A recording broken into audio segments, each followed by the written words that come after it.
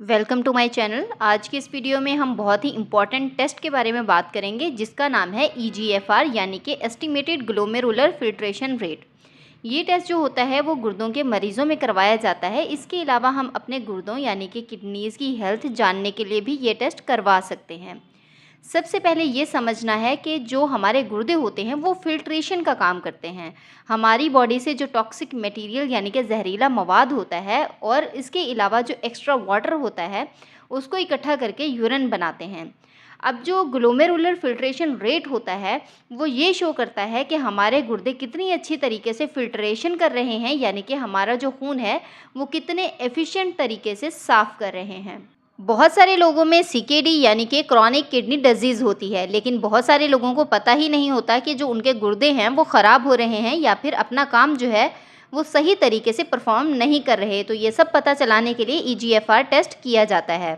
अब जो early stage होती है क्रॉनिक किडनी डिजीज़ की, इसमें कोई भी सिम्टम्स यानी कि अलामात ज़ाहिर नहीं होती, यानी कि शुरू में हमें नहीं पता चलता कि हमारे जो गुर्दे हैं वो सही काम नहीं कर रहे या फिर ख़राब हो रहे हैं। CKD के कुछ रिस्क फैक्टर्स होते हैं जिनके रहते हमें ये टेस्ट लाजमी करवाना चाहिए। सबसे पहले है शुगर।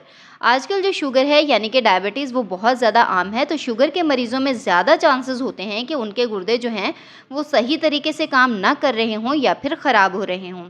तो डायबिटिक पेशेंट को EGFR टेस्ट जो है वो लाजमी करवाना चाहिए। इसके बाद दूसरे नंबर पर आता है हाई ब्लड प्रेशर, यानी कि BP की वजह से भी गुर्दों के काम पर असर पड़ सकता है और इसीलिए BP के मरीज़ों को भी ज़रूरी होना चाहिए कि वो जो EGFR टेस्ट है वो लाजमी करवाएं, ताकि पता चल सके कि हाँ उनके गुर्दे जो हैं वो सही काम कर रहे हैं या नहीं कर रहे। इसके अलावा है ओबेसिटी या फिर ओवर वेट हो जाना। तो ऐसे लोगों में भी रिस्क ज़्यादा होता है कि उनकी जो किडनी है वो सही तरीके से फिल्ट्रेशन ना कर रही हों। इसके अलावा जिन लोगों की उम्र जो है वो 60 साल से ज़्यादा हो तो इनको भी EGFR टेस्ट लाजमी करवाना चाहिए। इस सब के अलावा अगर किसी की फैमिली हिस्ट्री है क्रॉनिक किडनी डिजीज़ की या फिर किडनी फेलियर की, तो ऐसे लोगों में भी चांसेस होते हैं कि उनको भी कोई किडनी फेलियर या फिर क्रॉनिक किडनी डिजीज़ के रहते हुए कोई भी ऐसी कोई प्रॉब्लम हो सकती है। तो इसके लिए भी इनको EGFR टेस्ट जो है वो लाजमी करवाना चाहिए। अब हम बात कर लेते हैं अलामात यानी कि सिम्टम्स की। अगर किसी को यूरिनेशन ज़्यादा हो रही है या फिर पहले से कम हो रही है तो इस कंडीशन में EGFR टेस्ट करवाना चाहिए। ईचिंग हो गई, इसके अलावा फीलिंग टायर्ड यानी कि थकावट हो गई, इसके अलावा बाजुओं टांगों या फिर पाँव पर स्वेलिंग हो जाना यानी कि सोजिश हो जाना या फिर इनका सूज जाना, मसल क्रैम्प्स हो जाना यानी कि पट्ठों में जो दर्द होता है अक्सर उसकी वजह से, नोज़िया हो गया, वोमिटिंग हो गई। तो इस सब के अलावा जो भूख का ना लगना हो गया, तो इन सब के सिम्टम्स के रहते हुए हमें EGFR टेस्ट करवाना चाहिए, क्योंकि हो सकता है कि हमारा जो EGFR है या फिर हमारे जो किडनी है वो अपना काम यानी कि जो फिल्ट्रेशन है हमारे खून की सफाई वो सही तरीके से ना कर रहे हों। अब अगर हम इस टेस्ट के टाइप्स की बात करें तो ये दो तरीके से परफॉर्म किया जाता है। एक होता है मेजरिंग GFR और दूसरा होता है एस्टिमेटिंग GFR। अब जो एक्यूरेट GFR होता है उसका सही लेवल का रिज़ल्ट निकालना जो होता है वो बहुत ज़्यादा मुश्किल होता है, और ये जो एक्यूरेट GFR होता है हम देखते हैं मेजरिंग GFR वाले प्रोसेस से। लेकिन ये जो एक प्रोसेस होता है वो एक तो बहुत ज़्यादा कॉम्प्लिकेटेड होता है और दूसरा बहुत ज़्यादा लेंथी प्रोसेस है।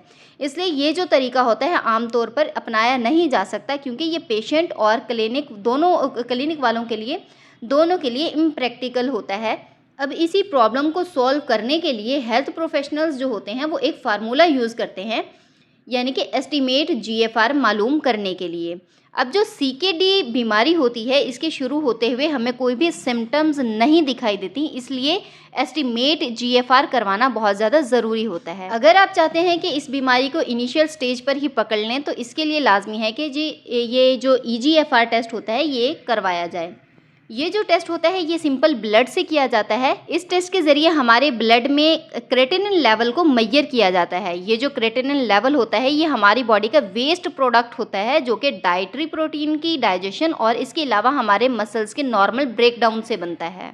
जैसे कि आप जानते हैं कि हमारे पास इस टेस्ट के 2 टाइप्स हैं, तो अब हम ये देख लेते हैं कि ईजीएफआर और एमजीएफआर में क्या डिफरेंसेस होते हैं। ईजीएफआर में हम एक फार्मूला यूज़ करते हैं जिससे एस्टिमेट लगाया जाता है कि जो आपकी किडनी है वो इन चीज़ों को कितने अच्छे तरीके से फ़िल्टर करती है जो कि हमारी बॉडी के लिए नुकसानदेह हैं, जैसा कि क्रेटिनिन हो गया या फिर इसके अलावा सिस्टेटिन सी हो गया। अब ये जो सिस्टेटिन सी होता है ये एक प्रोटीन होती है जो कि दूसरी प्रोटीन की ब्रेकडाउन को स्लो करती है, जबकि मेजर्ड जीएफआर जो होता है उसमें हम ये मेजर करते हैं कि वो एजेंट जो कि हमारी बॉडी प्रोड्यूस नहीं करती, इन एजेंट को हमारी किडनी कितनी अच्छी तरीके से फिल्टर करती है। जैसा कि इन्योलिन हो गया, ये एक किस्म का फाइबर होता है जो कि कुछ प्लांट फैट में पाया जाता है। अब अगर हम अवेलेबिलिटी की बात करें तो जो ईजीएफआर होता है वो वाइडली अवेलेबल होता है, जबकि एमजीएफआर जो टेस्ट होता है वो वाइडली अवेलेबल नहीं होता।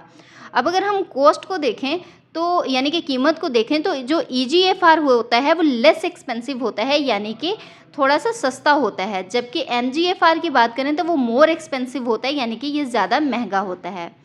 अब अगर हम देखें कि इस टेस्ट को कंप्लीट होने में कितना टाइम लगता है, तो जो ईजीएफआर होता है उसको कम टाइम लगता है, जबकि जो एमजीएफआर होता है उसके लिए ज़्यादा टाइम की ज़रूरत होती है। अब आते हैं इनकी एक्यूरेसी की तरफ। जो ईजीएफआर होता है वो पॉसिबल इनएक्यूरेट एस्टिमेट होता है ग्लोमेरुलर फिल्ट्रेशन रेट का, यानी कि गुर्दों की बीमारी की जो इनिशियल स्टेज होती है उसमें इस रिज़ल्ट पर रिलाय नहीं कर सकते, जबकि मेजर जीएफआर में हमें जो जीएफआर है यानी कि ग्लोमेरुलर फिल्ट्रेशन रेट है वो एक्यूरेट मालूम हो जाता है, यानी इस टेस्ट से गुर्दों की बीमारी की जो इनिशियल स्टेज होती है उसका भी मालूम किया जा सकता है। इसके अलावा ईजीएफआर में हम शुगर की वजह से जो गुर्दों पर असर पड़ता है इसका मालूम नहीं कर सकते, जबकि एमजीएफआर में जो शुगर की वजह से गुर्दों पर असर पड़ता है उसको हम इनिशियल स्टेज पर ही मालूम कर सकते हैं। इन सब बातों के अलावा भी जो ईजीएफआर होता है वो थोड़ा ऊपर नीचे हो सकता है, जैसा कि प्रेगनेंसी में 70 साल की उम्र से ज़्यादा 70 साल से ज़्यादा अगर किसी की उम्र है तो उसमें भी, और इसके अलावा अगर अनयूजुअल मसल मैस है तो उसमें भी, सिरोसिस में भी ये एक बीमारी होती है जिगर की जो कि लिवर के अंदर स्कार्स बना देती है, तो इसको सिरोसिस कहते हैं। तो इसमें भी जो ईजीएफआर है वो थोड़ा बहुत ऊपर नीचे फ्लक्चुएट कर सकता है। इसके अलावा नेफ्रोटिक सिंड्रोम हो गया, यानी कि यूरिन में बहुत ज़्यादा प्रोटीन का आना, या फिर कोई ऑर्गन जो है वो ट्रांसप्लांट किया गया हो, या फिर कुछ मेडिसिन्स यूज़ की गई हो, इससे भी ईजीएफआर जो है वो थोड़ा बहुत कम या फिर ज़्यादा हो सकता है। अब हम ईजीएफआर की वैल्यूज़ के मुताबिक देख लेते हैं कि किस रिज़ल्ट पर हमारी किडनी कितनी डैमेज होती है। अगर ईजीएफआर की वैल्यूज़ जो हैं वो 90 या फिर 90 से ज़्यादा है तो ये नॉर्मल रेंज होगी, जिसमें हमारी जो किडनी है वो सही तरीके से काम कर रही होती है। इसी तरह अगर ईजीएफआर की जो वैल्यूज़ होती है वो 60 से 89 के बीच में होती है तो इससे ये ज़ाहिर होता है कि जो हमारी किडनी है यानी कि गुर्दे हैं वो इसकी गुर्दों की बीमारी के इब्तदाई मराहिल पर हैं, यानी कि इनिशियल स्टेज जो है वो बीमारी की शुरू हो चुकी हुई है। अगर ईजीएफआर की वैल्यूज़ जो हैं वो 15 से 59 के बीच में होती हैं तो इसका मतलब ये होता है कि अब गुर्दे जो हैं वो काफ़ी ज़्यादा ख़राब हो चुके हैं। और अगर ईजीएफ की वैल्यूज़ जो हैं वो 15 से कम होते हैं तो इसका मतलब है कि जो गुर्दे हैं वो फेल हो चुके हैं, यानी कि गुर्दे जो हैं वो अपना काम बिल्कुल सही तरीके से नहीं कर रहे। अब हम ये देख लेते हैं कि हमारी उम्र के लिहाज से ईजीएफआर की क्या क्या वैल्यूज़ होनी चाहिए। अडल्ट में ईजीएफआर की वैल्यूज़ जो होती हैं नॉर्मल वैल्यूज़ वो 90 से ज़्यादा होनी चाहिए। ईजीएफआर जो होती है वो उम्र के बढ़ने के साथ साथ इसकी वैल्यूज़ कम हो जाती हैं, चाहे फिर वो उस पेशेंट को किडनी डिजीज़ हो या फिर ना हो, लेकिन यानी कि ये जो बढ़ती उम्र के साथ है इसकी ईजीएफआर की वैल्यूज़ वो कम हो जाती है। अगर किसी भी शख्स की एज जो है वो 20 से 29 साल यानी 20 से 29 ईयर के बीच में है और इसका ईजीएफआर जो है वो 116 तक होना चाहिए। अगर किसी शख्स की जो एज है वो 30 से 39 के बीच में है तो उसके ईजीएफआर की जो नॉर्मल वैल्यूज़ होनी चाहिए वो 107 होना चाहिए। और इसी तरह अगर किसी शख्स की एज जो है वो 40 से 49 के बीच में है तो उसके ईजीएफआर की जो वैल्यूज़ होती हैं वो 99 तक होनी चाहिए। इसी तरह अगर एज जो है वो 50 से 59 ईयर के बीच में है तो इन ऐसे लोगों का जो ईजीएफआर होता है वो 93 तक होना चाहिए। और अगर एज जो है वो 60 से 69 के बीच में है तो ईजीएफआर की जो वैल्यूज़ है वो 85 तक होनी चाहिए। और अगर एज जो है वो 70 ईयर्स से ज़्यादा है तो EGFR की वैल्यूज़ जो होती हैं वो 75 तक होनी चाहिए। जैसे कि आप जानते हैं कि किडनी डिजीज़ की 5 स्टेजेस होती हैं। अब जो डॉक्टर्स होते हैं वो आपकी किडनी का डैमेज देखकर बताते हैं कि मरीज़ के गुर्दों की बीमारी जो है वो किस स्टेज पर है, जिसका हम EGFR टेस्ट की वैल्यू से पता लगाते हैं। अब जो पहली स्टेज होती है उसमें EGFR की जो वैल्यूज़ होती हैं वो 90 या फिर 90 से ज़्यादा होती है। इसमें ये होता है कि जो किडनी डैमेज होता है वो नॉर्मल होता है, यानी कि प्रोटीन जो होती है वो यूरिन में एक स्लाइटली सी यानी कि नॉर्मल सी आ रही होती है। तो इस केस को हम कहते हैं पहली स्टेज। और पहली स्टेज में जो किडनी फंक्शन कर रही होती है यानी कि गुर्दे काम कर रहे होते हैं वो 90 से 100% के बीच में काम कर रहे होते हैं। इसी तरह जो सेकंड स्टेज है उसमें EGFR की जो वैल्यूज़ होती हैं वो 60 से 89 के बीच में होती हैं और इसमें जो किडनी डैमेज होता है वो mild loss of kidney function होता है, यानी कि इसमें जो किडनी फंक्शन होगा वो 60 से 89 के बीच में हमारे जो गुर्दे हैं वो काम कर रहे होंगे।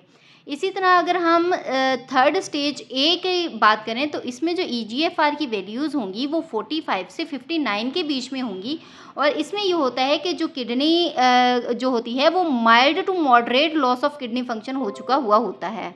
और जो किडनी फंक्शन होता है वो यानी कि जो गुर्दे होते हैं वो 45 से 59 के बीच में काम कर रहे होते हैं। अब जो 3B स्टेज है उसमें ये होता है कि जो EGFR की वैल्यूज़ होती हैं वो 30 से 44 के बीच में होती हैं। तो इसमें ये होता है कि जो किडनी फंक्शन का लॉस होता है वो मॉडरेट से सीवियर तक होता है। और जो किडनी फंक्शन को अगर हम परसेंटेज में देखें तो इसमें ये होता है कि हमारे गुर्दे जो हैं वो 30 से 44% यानी कि 30 to 44 के बीच में काम कर रहे होते हैं।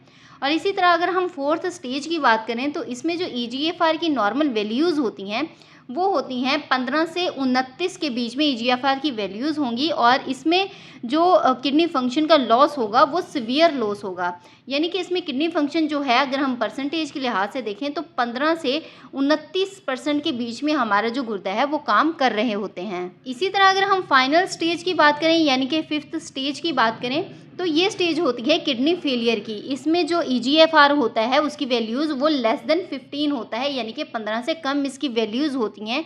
और अगर हम परसेंटेज में हम अपने गुर्दे की कारकर्दगी देखें यानी कि फंक्शन देखें, काम देखें तो वो 15% से नीचे यानी कि 15% से कम काम कर रहा होता है। और ये वाली जो स्टेज होती है वो ये होती है कि गुर्दा जो है वो ख़त्म हो चुका है या फिर दोनों गुर्दे अगर इसी तरह आ रहे हैं, इसी तरह परसेंटेज है तो फिर दोनों गुर्दे फेल हो चुके हैं।